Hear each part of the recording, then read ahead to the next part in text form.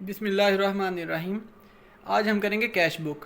Cash book accounting का एक अहम क्वेश्चन है और इसे करने में काफ़ी दुश्वारी पेश आती है, लेकिन मैं आपको बताऊंगा कुछ स्टेप्स के ज़रिए जिससे कैश बुक आपकी बहुत आसान हो जाएगी। सबसे पहले आपने कॉलम्स बना लेने हैं। डेबिट साइड पे भी 5 कॉलम्स और क्रेडिट साइड पे भी 5 कॉलम्स। ये आपके पास एक क्वेश्चन है कैश बुक का। ABC Enterprises presents before you the following data for the month of December 2017। ABC Enterprises ने आपके सामने एक डाटा अपनी एंटरप्राइजेस का पेश किया है, जिसमें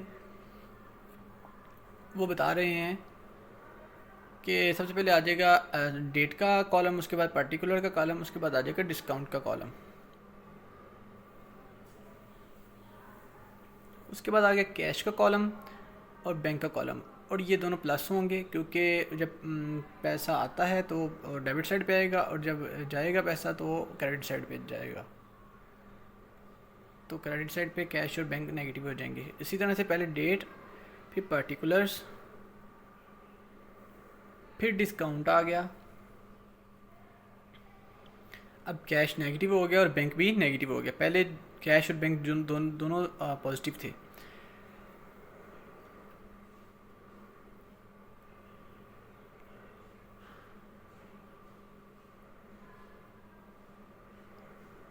जो कैश रिसीव करते हुए हम किसी को डिस्काउंट देते हैं तो वो हमारा एक्सपेंस होता है, और उसी तरह से जो कैश हम पे करते हैं तो हमें डिस्काउंट मिलता है तो वो हमारा रेवेन्यू होता है। हम डिस्काउंट लिखेंगे ज़रूर, लेकिन ये कैश और बैंक के टोटल में ऐड नहीं करेंगे। ये लिखेंगे इसलिए ताकि हमें याद रहे। अब हमारे पास फर्स्ट एंट्री है 1 दिसंबर की, जो कि है कैश बैलेंस हमारे पास 1 मिलियन और बैंक बैलेंस है 2.5 मिलियन। 1 दिसंबर,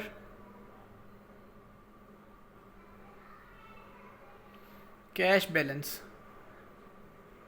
ओपनिंग बैलेंस आगे पर्टिकुलर्स में लिख देंगे, उसकी हेडिंग दे देंगे, और कैश आ गया आपके पास 1 लाख और बैंक आ गया 2.5 मिलियन। सॉरी, ये मैंने 1 लाख कर दिया था, 1 मिलियन था।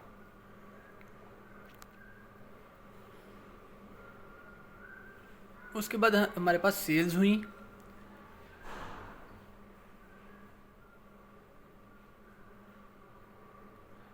सेल्स हमारे पास हुई हैं 1 दिसंबर 2017 को। तो कैश में आ जाएगा हमारे पास 2 लाख।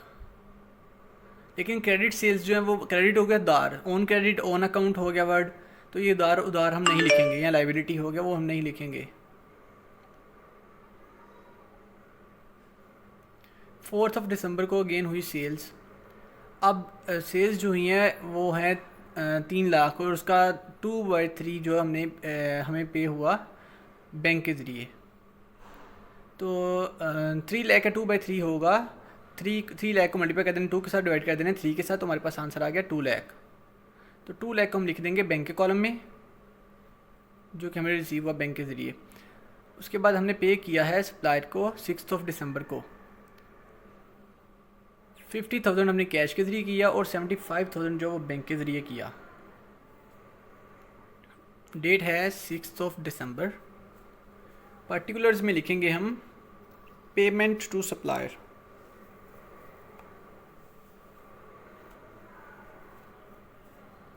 $50,000 आ गया कैश के ज़रिए और 75,000 आ गया बैंक के ज़रिए जो हमने पे किया। अब उसके बाद आ गया 10 दिसंबर को यूटिलिटी बिल्स। 40,000 हमने बैंक के ज़रिए पे किया है।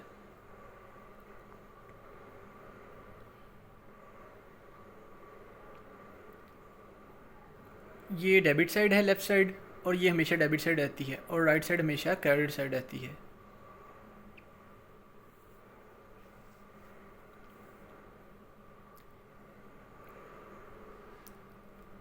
थर्टीन्थ ऑफ दिसंबर को किसी कस्टमर ने हमें पे किया। Customer paid 45,000 through bank. उसके बाद है payment of 145,000 was made to a vendor through due amount 150,000। 1,45,000 हमने पे किया। टोटल अमाउंट थी 1,50,000। तो मतलब कि 5,000 हमें डिस्काउंट मिला, वो रेवेन्यू वाली साइड पे आ जाएगा 5,000 डिस्काउंट। तो 1,45,000, 1,50,000 में से 1,45,000 निकाला तो हमारे पास आ गया। यहाँ पे मैंने 1,45,000 माइनस 45 कर दिए, 1,50,000 माइनस 45 कर दिए, लेकिन 1,50,000 माइनस 1,45,000 आना था। तो 1,45,000 हमने बैंक के जरिए पे कर दिया और 5,000 जो हमारे पास डिस्काउंट आ गया। अब उसी तरह से रिसीव हमने किया है 21 दिसंबर को किसी कस्टमर से। टोटल थी 1,10,000, उसमें से 1,05,000 हमने रिसीव किया और 5,000 हमने डिस्काउंट दे दिया।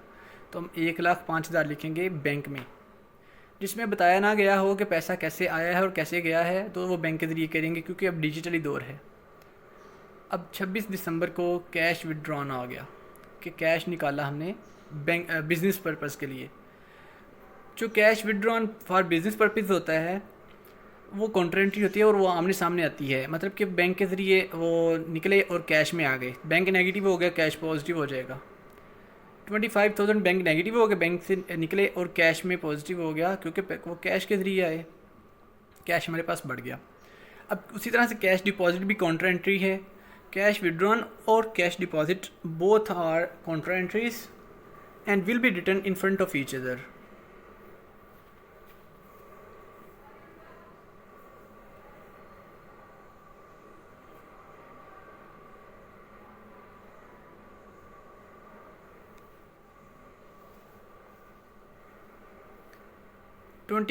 दिसंबर कैश डिपॉजिट, ये भी काउंटर एंट्री है क्योंकि कैश जो है हमारे पास था उसको हमने बैंक में ऐड कर दिया और कैश नेगेटिव हो जाएगा, बैंक पॉजिटिव हो जाएगा। 1 लाख हमने डिपॉजिट किया बैंक के ज़रिए और कैश जो हमारे पास जो नेगेटिव हो जाएगा, ये भी काउंटर एंट्री है, सामने आ जाएगी, आमने सामने आ जाएंगी।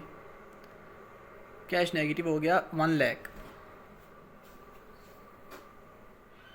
जैसे कि पहले कैश जो है वो बैंक नेगेटिव हुआ था, कैश पॉजिटिव हुआ था। अब कैश डिपॉजिट करवाने के वक्त कैश बैंक जो है वो पॉजिटिव हो जाएगा और कैश नेगेटिव हो जाएगा।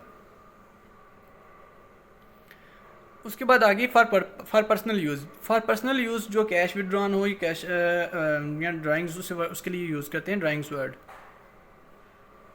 तो ये 31 को और ये क्रेडिट साइड पे आएगा क्योंकि ड्राइंग्स जो है वो एक ये कॉन्ट्रेंट ही नहीं होती क्योंकि पर्सनल यूज़ के लिए होती है। और ये हमारा आ जाएगा क्रेडिट साइड पे। 31 दिसंबर को ड्राइंग्स हुई, 25,000 निकल के बैंक से। अब कैश सारे का टोटल कर देंगे। सारे कैश का टोटल हो गया 1,225,000। 12,25,000 हो गया कैश हमारे पास और उसी तरह से 29,50,000 हो गया बैंक हमारे पास। और इसी तरह से यहाँ पे हम लिख देंगे 12,25,000 कैश में और 29,50,000 बैंक में। तो उसके आमने सामने टोटल लिख देंगे। अब जैसा कि ओपनिंग बैलेंस हमने लिखा था डेबिट साइड से, तो क्लोजिंग बैलेंस हमारे पास डेफिनेटली आएगा क्रेडिट साइड पे। ओपनिंग बैलेंस हमारे पास डेबिट साइड पे और क्लोजिंग बैलेंस आ गया क्रेडिट साइड पे। डेबिट साइड पे और ये क्रेडिट साइड पे। अब हम क्या करेंगे, टोटल में से जो टोटल है डेबिट साइड का, उसमें से क्रेडिट साइड के टोटल को माइनस कर देंगे। मतलब कि 12,25,000 में से 1,50,000 निकाला तो 10,75,000 हमारे पास आ गया। तो ये लिख देंगे कैश वाले कॉलम में। क्लोजिंग बैलेंस में डेबिट साइड के टोटल में से क्रेडिट साइड के टोटल को माइनस कर दिया कैश में। इसी तरह से बैंक के डेबिट साइड के बैंक को माइनस करेंगे क्रेडिट साइड के बैंक में से। 29,50,000 में से माइनस किया हमने, ऊपर वालों को पहले ऐड करके फिर उसको माइनस कर देंगे टोटल में से।